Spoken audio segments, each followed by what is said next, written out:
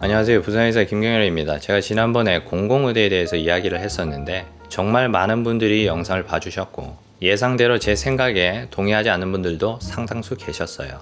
이제 본격적인 전공의 파업과 전임의 파업까지 시작됐고 제 채널도 원래 정치적인 이슈를 다루는 채널은 아니기 때문에 저도 더 이상 관련 내용을 언급하지 않으려고 했는데 영상에 달린 댓글들 중에서 저를 너무 안타깝게 만드는 댓글들이 있어서 오늘은 거기에 대해서 이야기를 해보려고 합니다.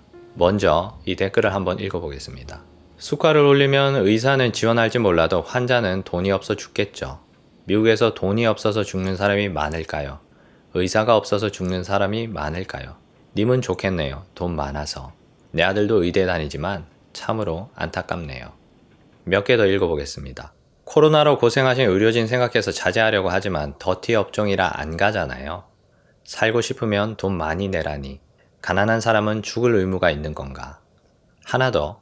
이분은 굉장히 장문의 글을 적어주셨는데 여기를 보시면 이유는 매우 심플하게 돈. 그럼 돈 없는 서민은요?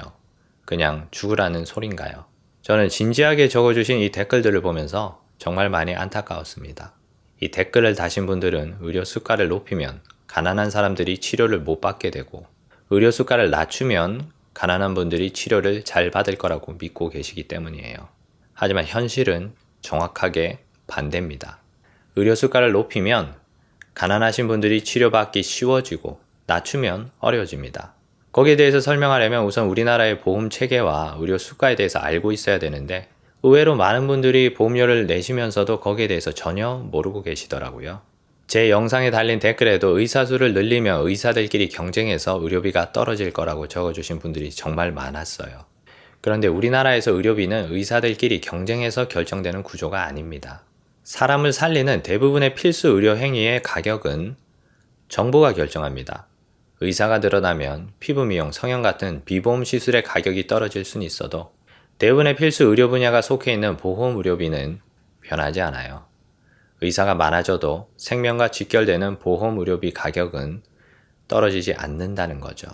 어쨌든 우리나라의 의료보험 체계를 간단하게 설명드리면 정부는 국민한테 보험료를 걷어서 국민보험공단에 보관을 하고 국민들은 병이 생기면 병원에 가서 치료를 받고 약간의 본인 부담금을 내죠. 이 금액은 실제 치료비와 비교하면 굉장히 적은 편입니다. 그리고 병원은 대부분의 환자 치료비를 보험공단에 청구합니다. 보험공단은 정해진 보험 수가에 따라서 병원의 치료비를 지불하고요. 여기서 핵심은 환자가 직접 보험료를 청구하지 않는다는 거예요. 보통 사보험 같은 경우는 환자가 병원에 치료비를 다 내고 나서 보험회사에 직접 보험료를 청구해서 돈을 받죠. 하지만 의료보험은 환자를 치료한 다음에 병원이 공단에 치료비를 청구합니다. 이게 왜 중요하냐면 정부가 국민들의 반감 없이 국가의 의료 체계를 컨트롤할 수 있기 때문이에요. 예를 들어 심장수술을 받은 환자가 병원에 치료비를 내고 난 다음에 보험공단에 치료비를 청구했는데 공단에서 치료비를 지급하지 않으면 환자들은 정부에 화를 내겠죠. 그러면 지지율도 떨어지는 거고. 하지만 우리나라에서 환자는 소액의 자기부담금만 내고 보험료 청구는 병원이 대신하기 때문에 정부는 국민의 반감 없이 국가의 의료체계를 컨트롤할 수 있습니다. 외상 환자의 보험 수가를 낮추면 일반 국민들의 반감 없이 외상 환자의 치료율을 떨어뜨릴 수 있겠죠. 심장 수술도 마찬가지고 대부분의 바이탈과들은 이런 식으로 적자가 나도록 정부가 유도하고 있습니다.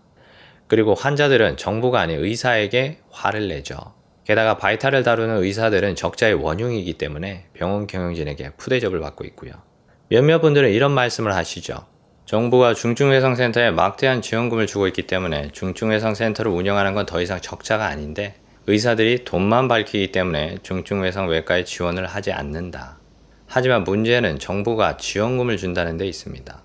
왜 아주대병원에서 이국종 교수님은 정부 지원금 때문에 흑자가 나는데도 충분한 병상을 받지 못하고 의료원장에게 욕설까지 들어야 했을까요? 환자를 볼수록 적자가 나기 때문이죠. 정부 지원금은 정해져 있는 금액인데 이국종 교수님이 환자를 치료할 때마다 비싼 의료기구나 고가의 약들을 사용하면 비용이 증가하니까 아주대병원 경영진이 좋아할 수가 없겠죠. 그럼 반대로 외상 환자의 치료 수가가 충분히 높아서 고가의 의료 장비나 약을 쓰더라도 사람을 살릴 때마다 병원의 수익이 남는다면 어떻게 될까요? 아주대병원의 경영진이 다른 과의 병상들을 빼앗아서라도 이국종 교수님께 환자들을 몰아주겠죠. 이국정 교수님은 환자를 많이 본다고 의료원장에게 혼날 필요가 전혀 없고 오히려 의료원장이 이국정 교수님의 눈치를 보면서 최대한 많은 환자를 치료할 수 있도록 적극 지원할 겁니다. 의사의 의료 행위에 대한 보상이 아닌 정해진 액수의 정부 지원금으로는 아무리 많은 지원금을 주더라도 절대 이런 효과를 만들어낼 수 없겠죠. 문제는 한 가지뿐입니다. 우리나라가 얼마나 많은 의료비를 감당할 수 있는가. 중증외상 치료를 할 때마다 수익이 발생한다면 전국 곳곳에 중증외상 치료 센터가 생기고 더 많은 환자들을 살려내겠죠. 환자를 살릴 때마다 병원엔 수익이 발생하지만 보험공단은 병원의 치료비를 지불해야 되니까 너무 많은 사람을 살려내면 적자가 나서 의료보험 체계를 유지할 수가 없게 됩니다. 그래서 비용 대비 적당한 수의 환자를 살릴 수 있도록 가성비가 좋은 구간을 찾아내는 게 정부의 할 일입니다. 어느 정도 의료 체계가 가동하고 있는 국가들을 보면 이런 식으로 바이탈을 다루는 필수 의료 분야에서는 환자를 살리는 게 의사의 역할이고 의사들이 너무 많은 환자들을 살리지 않도록 제도적으로 억제하는 게 정부의 역할이에요. 그런데 우리나라에서는 그런 제도적인 억제가 너무 과도한 편이죠. 그리고 그 피해는 대부분의 일반 국민들이 받고 있습니다. 특히 경제적으로 취약하신 분들이. 제가 영상 초반부에 보험 수가가 낮을수록 가난한 분들이 치료받기가 어려워진다고 말씀드렸는데 그 이유를 설명드리겠습니다. 보험 수가가 병원을 운영하기 불가능할 정도로 낮아지면 병원들은 그 적자를 메울 수 있는 비급여 항목을 만들어내고 비급여 환자들을 최대한 유치하려고 노력하겠죠. 비급여 항목은 보험으로는 커버가 안 되기 때문에 가난한 분들의 의료 접근성이 떨어집니다. 그런데 이런 비급여 항목들을 정부에서 강제로 낮은 수가의 급여 항목으로 전환시키면 어떻게 될까요? 병원에서 해당 치료를 할 수 있는 의사를 고용하지 않겠죠. 그럼 그 의사는 병원에서 해고된 다음에 자신의 전공과 상관없는 피부 미용 같은 비급여 진료를 보게 됩니다. 필수 의료의 질과 접근성이 동시에 떨어지고 있죠. 결국 해외에 나갈 수 있는 진짜 부자들만 제대로 된 치료를 받을 수 있는데 이게 지금 대부분의 의료 후진국에서 발생하고 있는 현상이고 그나마 공공의료 시스템이 작동하고 있는 유럽 선진국에서는 높은 수가를 책정한 대신 국가가 최대한 의사들의 진료 활동을 억제하고 있기 때문에 일반 시민들이 전문의를 만나기가 굉장히 어려워요. 그래서 우리나라와 비교하면 환자들의 의료 접근성이 떨어지는 거죠. 그래도 공공의대를 지어서 흉부외과, 중증외상외과 전문의들을 지방에 보내면 적어도 의무복무 기간 10년 동안은 지방의 의료 접근성이 올라가는 건 아니냐고 주장하시는 분들도 계시지만 그렇지 않습니다. 저는 공공의대의 수련 시스템을 통해서 고난이도의 수술이 가능한 전문의를 키워내는 것 자체가 불가능하다고 생각하지만 설령 그게 가능하다고 하더라도 수술은 혼자 하는 게 아니죠. 공공의대를 졸업한 흉부외과 전문의한테 너 이제부터 저기 지방 가서 심장 수술해 하고 지방으로 보낸다고 해서 바로 심장 수술을 할 수 있는 게 아니에요.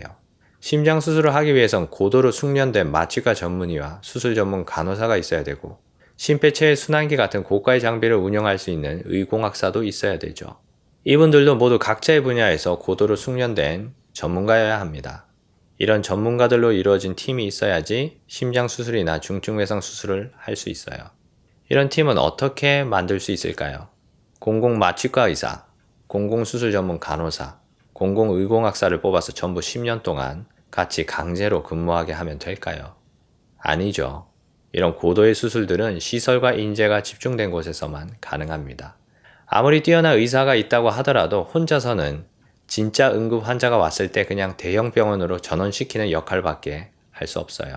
계속 중증외상외과 예를 들어서 죄송하지만 의료 전문가들은 전국에 7개의 큰 권역외상센터를 세워서 인재와 시설을 집중시키고 중증외상 환자는 전국 주요 거점에 있는 7개의 권역외상센터에 헬기로 이송하자고 주장했지만 정부는 무려 17개의 권역외상센터를 설립하기로 결정하면서 각각의 외상센터 규모는 작아졌습니다. 우리나라 면적에서 헬기로 이송하면 7개면 충분할 것 같은데 왜 17개로 나눴을까요?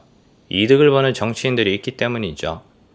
외상센터가 생기는 지역구의 국회의원과 지자체장들, 공공의대도 크게 다르지 않습니다. 벌써부터 공공의대를 유치하기 위한 경쟁이 치열하죠. 수도권인 인천이나 경기도까지 공공의대를 유치하기 위한 계획을 세우고 있습니다. 그럼 공공의대에는 어떤 학생들이 입학하게 될까요? 저는 이전 영상에서 일반 의대생들보다 성적이 약간만 떨어지는 학생들이 입학할 거라고 말씀드렸는데 이상하게 거기에 대해서 반감을 가지는 분들이 많더라고요. 핵심은 성적이 상위 1%든 2%든 3%든 사람의 마음은 똑같다는 거예요. 성적이 낮은 집단이 더 도덕적이고 착할 이유가 없다는 거죠. 애초에 의대 공부라는 게 양만 많고 그렇게 어렵지가 않아서 대충 상위 10% 정도면 어떻게든 따라올 수 있다고 저는 생각합니다. 문제는 의사를 키워내는 시스템이죠. 그런데 공공의대생 선발에 대해서는 제가 너무 순진했던 것 같아요. 이번에 남원에 설립 예정인 공공의대 관련 법안을 보면 입학생은 시도지사의 추천과 시민단체 관계자들의 심층 면접을 통해서 선발된다고 합니다. 추천과 심층 면접. 저는 이런 선발 과정이 공정하게 이루어질 거라고는 도저히 생각할 수가 없습니다. 그래도 어쨌든 의사를 많이 뽑아서 의사들의 밥그릇을 깨야 의사의 권위주의가 사라지고 친절해질 거라고 주장하시는 분들도 계시지만 앞서 말씀드렸다시피 그런 경쟁 효과가 발생하는 건 피부과와 성형외과 같은 비보험 영역뿐입니다. 필수 보험 진료 영역에서 의사의 밥그릇이 깨진 나라들 중에서 서민들이 제대로 된 치료를 받을 수 있는 나라는 없습니다. 제가 학생 때 저희 학번에 러시아에서 소아과 전문의를 하셨던 분이 계셨어요. 저와 같은 검도부였는데 저는 그때 어린 마음에 굉장히 이상하게 생각했죠. 러시아에서 그냥 의사도 아니고 전문의까지 하셨던 분이 왜 다시 의대생이 됐을까? 러시아 의사들의 밥그릇이 깨졌기 때문이죠. 한 2년 전에 90세 러시아 여성 의사 선생님이 아직도 활발하게 수술을 하고 있다는 해외 토픽이 있었습니다. 그 기사에는 댓글로 정말 멋진 분이다라는 칭찬들이 많았지만 저는 그 기사를 보고 소름이 돋았습니다. 러시아의 젊은 의사들은 다 어디로 갔을까? 90세면 당연히 수술해서 은퇴하실 나이죠. 멋있다고 댓글을 단 사람들 중에서 그 90세 러시아 선생님께 자신의 수술을 선뜻 맡길 수 있는 사람은 없을 겁니다. 의사의 수를 무한정 늘려서 바이탈 보험과를 전공한 의사들의 밥그릇을 깨면 어떻게 될까요? 의사 면허를 가지고 있어도 진료를 하지 않겠죠. 비슷한 예로 간호사 선생님들이 있죠. 간호사 수가 모자란다고 간호대의 수를 무한정 늘렸지만 간호수가의 개선이 없었기 때문에 장롱 면허만 늘어났을 뿐입니다. 그래서 정부 정책은 무조건 안 된다고 반대만 하는 네가 하고 싶은 말은 뭐냐? 이렇게 질문 주시는 분들이 있는데 지난 영상과 이번 영상에서 제가 하고 있는 이야기는 하나뿐입니다. 이상한데 세금 낭비하지 말고 그냥 바이탈과의 수가를 올려라. 정부 지원금으로는 안 됩니다. 의료 행위에 대한 수가가 있어야 의사들이 병원장의 눈치를 보지 않고 사람을 살릴 수 있습니다. 소아집중치료실을 운영할 때 적자가 나지 않아야 병원에서 소아집중치료실을 만들고 소아과 전문의가 병원장의 눈치를 보지 않고 아기들을 살릴 수 있겠죠. 심장 수술을 할 때마다 적자가 나지 않아야 흉부외과 의사가 일자리를 얻어서 사람을 살릴 수 있겠죠. 그런데 이런 식으로 무조건 수가를 높이면 그 많은 보험료와 세금을 감당할 수 있겠냐고 걱정하시는 분들이 있는데 공공의대 설립 비용과 운영 비용 그리고 현재 비효율적으로 사용되는 의료비 지출을 줄이면 어느 정도 가능하다고 저는 생각합니다. 실제로 2011년부터 7년 동안은 건보 재정이 흑자였죠. 광범위하게 보장성을 확대하는 일명 문재인 케어가 시작되고 나서는 작년부터 적자가 됐습니다. 고가의 MRI를 찍을 필요가 없는 사람들까지 세금으로 MRI를 찍고 있으니까. 바이탈과에 투자할 수 있었던 세금이 이렇게 사라지고 있죠. 17개로 나눠진 권역의료센터도 전문가들의 주장대로 7개로 통합해서 인재와 시설을 집중시키면 훨씬 많은 환자를 살릴 수 있을 겁니다. 하지만 이런 정책은 정치인들에게 어떠한 이득도 되지 않기 때문에 그 누구도 추진하지 않습니다. 반대로 공공의대를 세우고 많은 지역에 작은 권역의료센터를 설립하면 사람을 많이 살리진 못하더라도 그 지역에서 최소 1, 2년 정도는 지지율이 올라가니까 거기서 이득을 보는 정치인들이 필사적으로 추진을 하는 겁니다. 하지만 장기적으로 봤을 때 우리나라의 의료 체계는 그런 정치인들에 의해서 망가지겠죠. 그리고 일단 한번 망가지면 절대 되돌릴 수 없다고 저는 생각합니다. 진료 현장에 있는 거의 모든 의사들이 똑같은 생각을 하고 있어요. 제가 이런 영상을 만드는 게 결국 내 밥그릇을 지키기 위해서라고 말씀하시는 분들이 많지만 저는 42살이에요. 공공의대생들이 본격적으로 로컬에 쏟아지는 17년 뒤에는 거의 환갑이에요. 다른 의사 유튜버 선생님들도 마찬가지입니다. 개중에는 의료 외적으로 충분한 수익 창출이 가능하신 분들도 있지만 대중에게 욕먹을 게 뻔한 저와 똑같은 이야기를 하고 계시죠. 지금 정책이 그대로 진행되면 의사들의 밥그릇이 깨지는 건 17년 뒤지만 우리나라 의료 체계는 당장 내년부터 망가질 겁니다. 의대생들이 바이탈과에 더 지원을 못할 테니까. 반대로 바이탈과의 수가를 높이면 17년을 기다릴 것도 없이 당장 내년부터 효과가 나타날 겁니다. 저는 나중에 나이가 들어서 제대로 된 치료를 받고 싶어요. 미국처럼 돈이 많이 드는 것도 싫고 영국처럼 오래 기다리고 싶지도 않습니다. 저는 현재 한국식에서 약간 개선된 의료 체계에서 싸고 빠르게 치료받고 싶어요. 그래서 아무 이득이 안 되고 돈밖에 모르는 이기적인 놈이라고 욕을 먹어도 이런 영상을 만드는 거예요. 뭐 얼마나 설득이 될지 모르겠는데 이상이 그냥 저의 솔직한 생각이었고요. 그럼 오늘 영상은 여기까지 하겠습니다. 긴 영상 끝까지 시청해 주셔서 감사합니다.